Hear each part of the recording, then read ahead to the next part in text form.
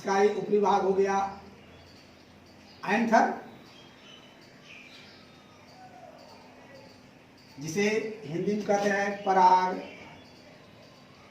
कोश। और आपको पहले बता चुके हैं ये पराग कोश का दो खंड है, आता है इसे कहते हैं बायलोब्ड, बायलोब्ड है। और बायलोब्ड के इसके मध्य में ये लंबी धारी से संरचना इसी का भाग होता है, ये फिलामेंट है। फिलामेंट इसको दो भाग में बांट देती हैं। आता ऐसे अंतर को कहा जाता है डाइथिकस। साथ ही साथ बता दिए हैं कि जब इसका अनुप्रस्थ काटेंगे, इसे ऊपर से हटा देंगे काट कर, तो इसके अंदर ये चार चेंबर दिखेंगे। ये चारों चेंबर हैं पॉलन सैक, ये पॉलन सैक, इसे हिंदी में कहते हैं परागपुट। इस परागपुट के अंदर में ही परागकण बनेंगे। कैसे बनेंगे ये जानना है। परागकण बनने की प्रक्रिया ही माइक्रो स्पोरोजेनिसिस कहलाता है। सबसे पहले यहाँ जानना है कि इसकी जो परागपुट है, पॉलन सैक है, इसकी पांचों दीवार, पांच परत कौन कौन है, तो मैं यहाँ स्पष्ट कर देता हूँ। लेकिन बाहर से ये सबसे बाहरी परत हो गई, इस बाहरी परत को मैंने इसे दिखा दिया। इसे डिफ्रेंशिएट करने के लिए मैं इसमें डॉट डॉट दे दिया, जिससे एक परत ही पता चले कि अलग है। इस परत को कहा जाता है एपिडर्मिस। ये बाहर से परागपुट की सुरक्षा करती है, बाह्य त्वचा।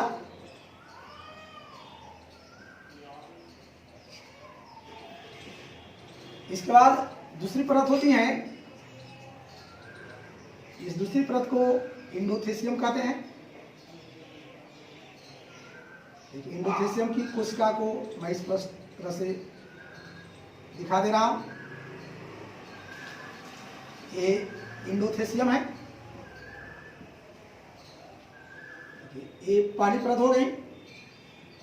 ये सेकेंड है, इसे कहेंगे इंडोथेसियम।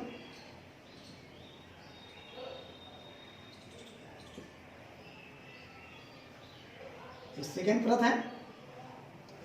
इसके बाद दो परतों की एक अलग लेयर होती है। इन दोनों परतों को एक साथ मिडिल लेयर्स कहा जाता है। इस मिडिल लेयर्स को मैं इस रूप में अलग रिप्रेजेंट कर देता हूं। सभी परत को बिल्कुल अलग अलग स्पष्ट होना चाहिए।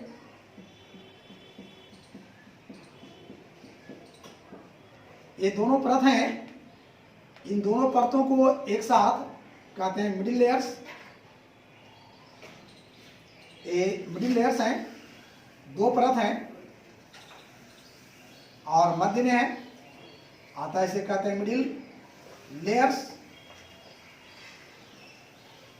या इसे हिंदी में कहेंगे मध्य परतें। दो परतें हैं। इसके अंत के जो सबसे आंतरिक भाग में परत होती हैं, इसकी कोशिकाएं बैरल सेप्ट होती हैं। सबसे इंपॉर्टेंट परत यही है, ये बैरल सेप्ट होती हैं।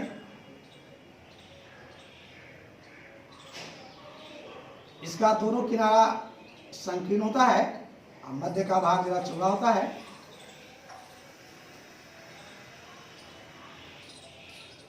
इस परत को टाइपेटम कहा जाता है, टाइपेटम। ये आंतरिक परत है, तो मैंने लिखा दो 5 परत, लेकिन यहाँ रिप्रेजेंट मैं 4 ही कर रहा हूं। इसका वजह आप समझ रहे होंगे, क्योंकि ये जो मध्य परत है इसमें 2 परत है, ये डबल है। इस प्रकार से ये प्रथम परत होगी, ये सेकेंड हो गया, थर्ड फोर्थ मिडिल परत है, और अंत में 5वां परत हो गया। यदि आपसे सवाल किया जाए कि परागपुट की दीवार कितनी परतों की होती है, इसका आंसर होगा कि परागपुट या पॉलन सैक की दीवार 5 परतों की बनी होती है। 4 नहीं बताएंगे, 4 बताएंगे गलत हो जाएगा, क्योंकि ये जो मध्य परत है इसमें 2 परतें होती हैं। परत दोनों अलग अलग हैं, जिसका कहते हैं मिडिल लेयर, लेकिन परतें 2 हैं। तो यदि क्वेश्चन में ऐसा दिया जाए कि पॉलन सैक की परतें कितनी होती हैं दीवार में, तो आंसर होगा 5 परतें। सबसे आंतरिक परत टाइपेटम है। ये भी पूछा जाएगा कि टाइपेटम में कितने केंद्रक होते हैं, तो इसके जितने भी कोशिकाएं हैं टाइपेटम की, प्रत्येक कोशिका में 2-2 केंद्रक होते हैं। ये बायन्यूक्लिएट कोशिका है। जब 2 केंद्रक होता है तो इन कोशिकाओं को कहा जाता है बायन्यूक्लिएट। कभी कभी कुछ परीक्षाओं में यह भी पूछा जाता है कि इसके बायन्यूक्लिएट होने का कारण क्या है। तो होता है क्या, आपको जानना चाहिए कि जिस समय इन कोशिकाओं का निर्माण होता है टाइपेटम का, तो टाइपेटम की कोशिकाएं जब विभाजित होती हैं तो केंद्रक तो इसमें बढ़ जाता है, इसे कहते हैं कैरियोकाइनेसिस। ये विभाजन तो हो जाता है, लेकिन बीच में सेल वॉल नहीं बनता है। सेल वॉल नहीं बनने से ये सभी कोशिकाएं बायन्यूक्लिएट हो जाती हैं। सेल वॉल नहीं बनने का कारण है इसकी जो दीवार है ये काफ़ी हार्ड है, और साथ ही साथ इसके मध्य में कैल्शियम का जमाव नहीं होता। कैल्शियम जमा होने से बीच में एक परत बनती है, उसे कहते हैं फाइब्रोब्लास्ट, जिससे कोशिका 2 बनेगी। ऐसा इसमें नहीं होता है, ये सभी बायन्यूक्लिएट हो जाती हैं। अब जानना है कि ये तो 5 परतें हो गई, लेकिन 5 परत के बाद भी अंदर का भाग होगा, जिसे यहाँ पर मैं दिखा रहा हूँ। इस तरह से ये कोशिकाओं का समूह दिखा रहा हूँ। ये कोशिकाओं का समूह सबसे अंदर में है, ये अंदर की भाग हो गए कि 4 परत देंगे तो ऐसे टाइपेटम हो जाएगा। और टाइपेटम के बाद जो सबसे आंतरिक परत होगा, ये अंदर का हिस्सा होगा, परत तो नहीं, ये परागपुट पॉलन सैक का जो आंतरिक भाग होगा, देखिए इसे मैं घेर के दिखा दिया। ये सभी तो टाइपेटम है, स्पष्ट देख रहे होंगे, ये सभी टाइपेटम है जो बायन्यूक्लिएट है। साथ ही साथ ये भी जानना चाहिए, ये जो दिखा रहे हैं 4 परत बाहर में, ये भी लगातार है 4 तरफ से, मैं एक साइड दिखा दिया हूँ। इस टाइपेटम के बाद का जो अंदर का भाग है, इनमें बहुत सारी कोशिकाओं का जाल होता है, उलझा हुआ इस तरह से। इन कोशिकाओं के जाल को इन्हें कहा जाता है एस्पोरोजीनस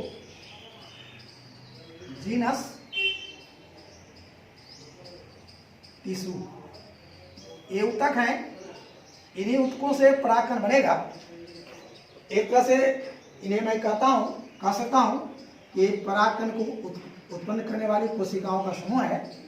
इसे नाम दिया गया है एस्पोरोजीनस टिश्यू। इसे हिंदी में कहेंगे बीजाणु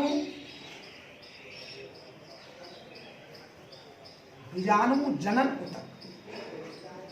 एक बीजाणु जनन ऊतक है, इन्हीं कोशिकाओं से परागकण का निर्माण होगा।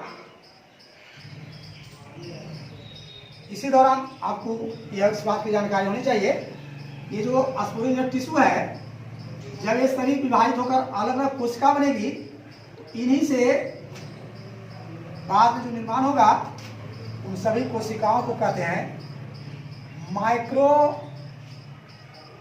Spore mother cell. हो गया microspore mother cells.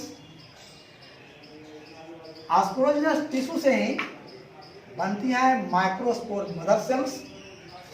Microspore mother cells हैं, ये सभी डिप्लॉयड होती हैं 2n। डिप्लॉयड का अर्थ ऐसे समझिए, जैसे मटर, पी,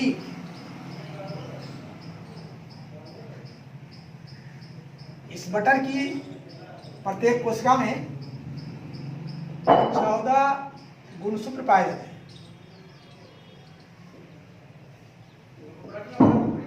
तो जब सभी गुणसूत्र रहेंगे तो उस कोशिका को कहेंगे 2n डिप्लॉयड। तो ये माइक्रोस्पोर मदर सेल डिप्लॉयड होती हैं, इसका निर्माण इसी से होगा। तो अब चूंकि बनाना मुझे परागकण, इसलिए जो दिखाएं स्पोरोजिनस टिश्यू, इस स्पोरोजिनस टिश्यू को मैं हटाकर इसके अंदर में बना देंगे माइक्रोस्पोर मदर सेल। क्योंकि बताना था कि माइक्रोस्पोर मदर सेल कहाँ से बनता है, इसलिए मैं दिखा दिया कि स्पोरोजिनस टिश्यू इसके अंदर में है। इस स्पोरोजिनस टिश्यू को मैं मिटा रहा हूँ, हटा रहा हूँ। इन्हीं कोशिकाओं से ये सभी कोशिकाएं विभाजित होकर इसके अंदर में अनगिनत छोटी छोटी ऐसे बहुत सारी कोशिकाएं बन जाएंगी।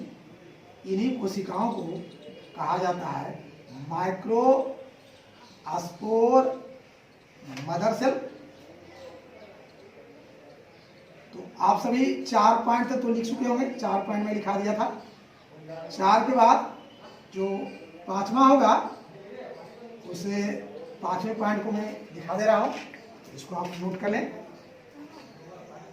देखिए 4 के बाद जो हमारा 5वां पॉइंट होगा माइक्रोस्पोरोजेनेसिस का, उसे हम लिखेंगे। देखिए 5 नंबर दे दिया, 5वां पॉइंट। इसमें आप लिख लीजिए, नोट कर लीजिए। लिखना है टाइपेटम से घिरे भाग को, देखिए टाइपेटम है, टाइपेटम से घिरे भाग को पॉलन चैम्बर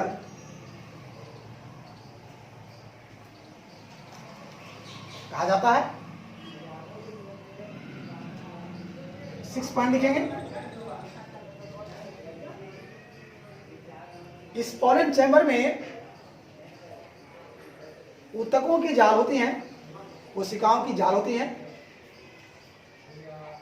इन सभी कोशिकाओं के समूह जिन्हें ऊतक नाम दिया, इन्हें कहते हैं स्पोरोजीनस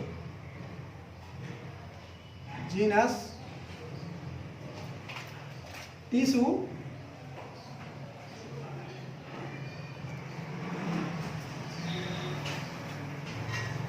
अब इसके बाद 7वां पॉइंट लिखेंगे।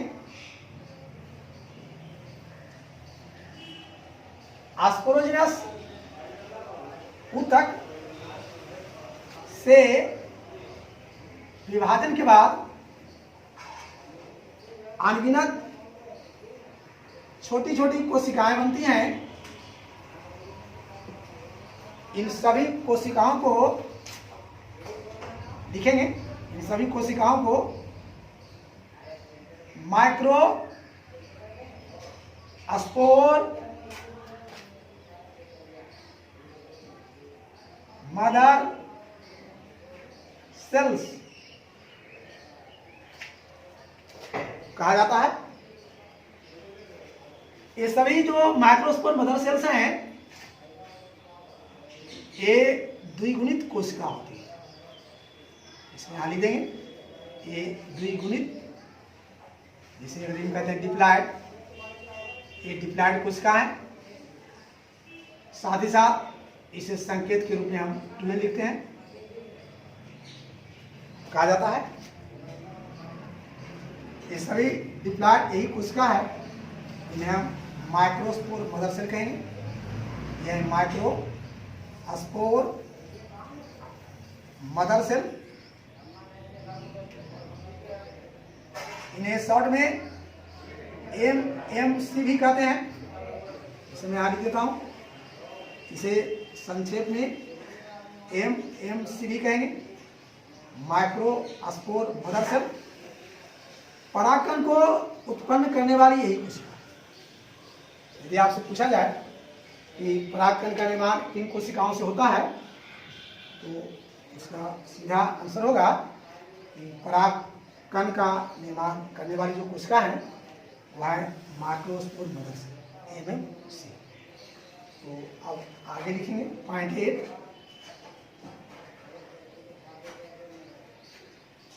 माइक्रोस्पोर मदर सेल अर्थात MMC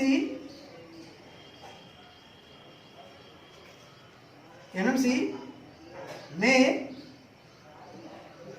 एक विशेष कोशिका विभाजन होती है। कॉमा, जिससे गुणसूत्रों की संख्या आधी हो जाएंगी। इस विभाजन को कहा जाता है मियोसिस। मियोसिस सेल डिवीजन, जिसे हिंदी में कहेंगे अर्ध सूत्री विभाजन। अर्धसूत्री विभाजन। अब इसके बाद 9th पॉइंट लिखेंगे। अर्धसूत्री विभाजन के बाद प्रत्येक एमएमसी 4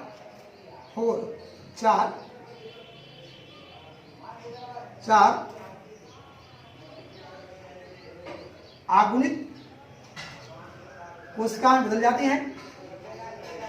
इन्हीं 4 आगुणित, देखिए आगुणित हैप्लॉइड आगुणित, इन्हीं 4 आगुणित हैप्लॉइड या एन कोशिकाओं को कहा जाता है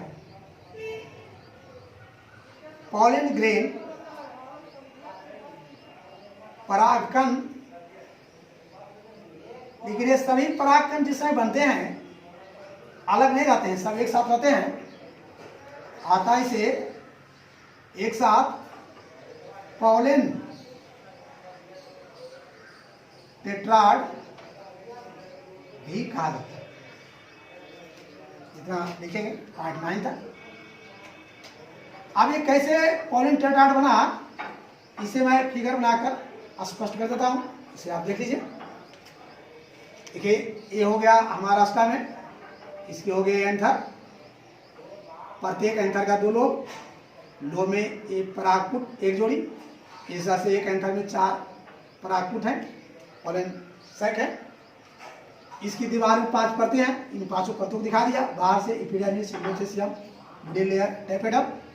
इन मिडिल लेयर से हाइपोडर्मिस से इन कोशिकाओं को पोषण मिलता है माइक्रोस्कोप दर्शन से।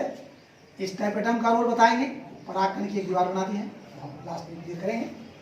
इसके अंदर में बहुत सारी कोशिकाओं की जाल है, ऑस्मोलोजिक टिश्यू, जिससे बना माइक्रोस्पोर मदर सेल। अब माइक्रोस्पोर मदर सेल से बनने जा रहा है परागकण। तो कैसे बनता है इसे मैं फिगर बना के दिखा देता हूँ। इसे आप नोट कर लें। आप